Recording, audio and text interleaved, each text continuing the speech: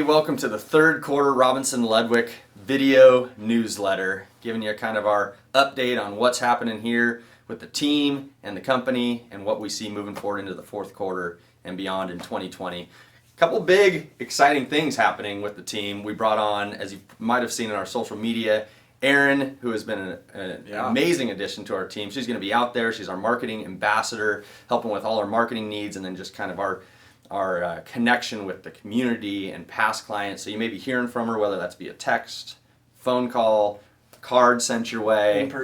In person, coffee, lunch. She's going to be out there just helping us keep in touch with our sphere and with our community. That's right. The other big news is we are still Coldwell Banker, but as of October 1st, we changed from Coldwell Banker Morris to Coldwell Banker Bain Real Estate. Boom. Bain, strong sound. It's a strong name. It's also a villain in the Batman series, but that's all right. It's still very strong sounding. Coldwell Banker Bain is located up in the Seattle Bellevue area, and as far as the Coldwell Banker network goes, they are the largest single franchise in the Coldwell Banker network in at least North America, possibly even the world. So we have a huge amount of just kind of resources and credibility behind us, even more so than we had with Morris, which was great. And Morris is a salute to Morris Real Estate that's been around in Bend, I think, for almost 50 years. Yeah, and they did a great job. Almost every single major player in real estate in this town has at least come through the Morris office at one point in their career. And so, huge legacy, but we're looking forward to new things with Bain.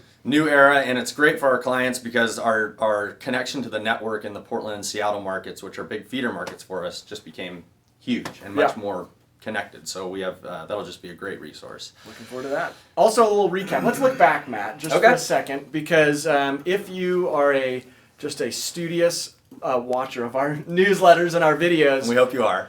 But then you'll also know that we are just dead wrong sometimes. Not often. Not often. But in the case of interest rates, boy, oh boy, were we wrong. We came to you at the beginning of this year.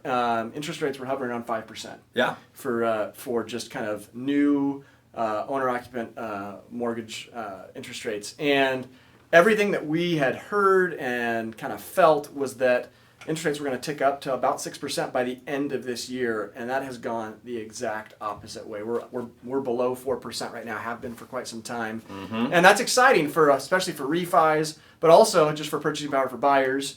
And I think that's helped kind of sustain and continue to grow our market a little bit. We haven't grown nearly as much as years past, just as far as like the appreciation of real estate. But that's one thing we did call correctly. But we did call that correctly. It's been more of a flat year. Still seeing decent appreciation, and we don't have those full numbers until we get to the end of the year. But we'll probably fall somewhere in that kind of 5 to 7% range for the kind of year total from January 1st to December 31st. Yeah, very healthy real estate economy right now, both for buyers and sellers. It's just a good balance. In anticipating that interest rate hike, we thought that was going to be kind of the leading factor that might lead to a recession or correction in prices. Obviously, that has not been the case, and like Grant said, the low interest rates has really sustained and lit a fire in our market and increased that buying power. We do, however, see some sort of economic correction coming within the next, whether it's in 2020 or maybe the early part of 2021. How that's going to come about, we don't really know. I don't think it's going to be led by real estate like the Great Recession was. I don't think so. And in fact, we don't feel, in looking at the stats and listening to professionals, we don't feel that it's going to really have much of an impact at all on Central Oregon real estate prices. The demand here just remains so strong. Yeah. People are holding on to cash, waiting for this recession. That's just going to hold that bottom. If we do have any sort of even just minor correction, those buyers will come. That money will come flooding in and kind of hold that demand. So. Yeah, it'll be exciting. I mean, 2020 is an election year, so it'll be exciting to kind of see what happens. A lot of unknowns. I think we'll see a very similar year to 2019 as far as the real estate stats and appreciation and prices go. What do you think about fourth quarter, Grant? Well, fourth quarter is traditionally, it's kind of an interesting one. In fact, we were just talking about it earlier in our team meeting. So the closings that you'll see in the fourth quarter, the volume of business that gets closed, the prices at which they get closed, inventory levels are actually going to probably be pretty strong, and they historically are, but it's usually because that business is generated in the third quarter. That fourth quarter, what we're really looking to see is just how much current activity happens in the fourth quarter, and that'll give us a clue into kind of how the first quarter is going to play out. I would expect, and in talking to a couple of lenders and realtors around town, that we may slow a little bit, which is seasonal, and maybe even a little bit more than we have in years past. But here at Robinson-Ludwick, we haven't really felt that impact. We're fortunate that we've been able to kind of grow this business, and so we have enough contacts and business coming in, and we're excited to continue to do that with your help. But then even looking regionally, Matt, so one interesting trend that we're looking at right now is that the last couple of months, the building permits that have been pulled in the city of Bend have A, been really pretty low, but B, they've been lower than the city of Redmond, which has really never happened until this time. And so, yeah, in fact, last month was the lowest it's been in the last 4 or 5 years. In the last 5 years, since September 2015. So that's an interesting trend. Builders tend to keep a very close eye on the economy.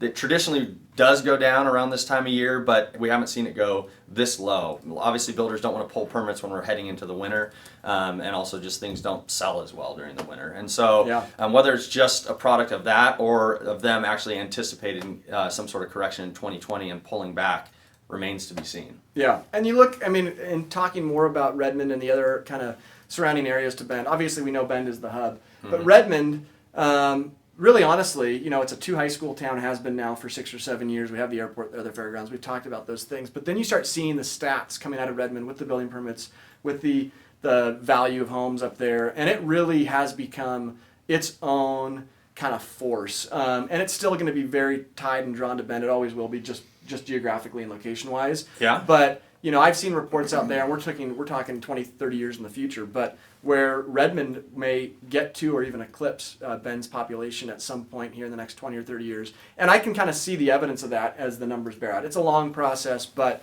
it's going to be the value play that Bend really kind of isn't anymore. Yeah, I agree. And I think one of the big draws is for bigger companies. There's a lot of available industrial land, and then there's the airport there, you know, which is why it's called the hub, essentially. It's right in the middle of it. And so Nosler is currently based in Bend, but they're moving their headquarters to Redmond. Yep. I think they have a 60-acre parcel there. They're going to build a campus. And I can absolutely see a Nike or a Google or a big company like that coming in and building a Central Oregon headquarters and bringing some great high-paying jobs to the area. If you're listening to this video and you have influence of one of those companies or other one, call us, because we'd love to help get you plugged in over there. It can be scary, though, because we've seen what Amazon's done to Seattle. Yeah. I don't know if we really want that in Central Oregon. It'd be obviously great for bringing jobs and helping out the economy, but there's a balance. Well, I think but I think that's the beauty of it. You're exactly right. We do have a handful of really great companies that are headquartered here in Central Oregon, but then by and large, and what's really sustained our economy and helped fuel the growth,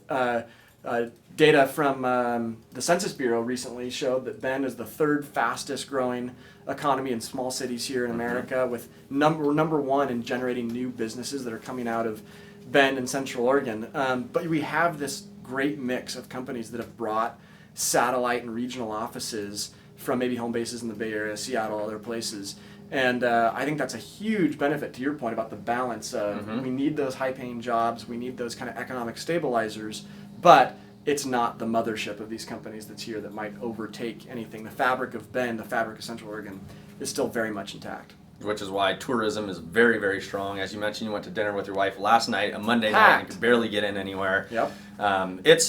Things are good here. We're growing. We have to accept the reality that we're no longer that quaint little mountain town. But because of that, there's just new folks coming in, institutional money, hotel groups.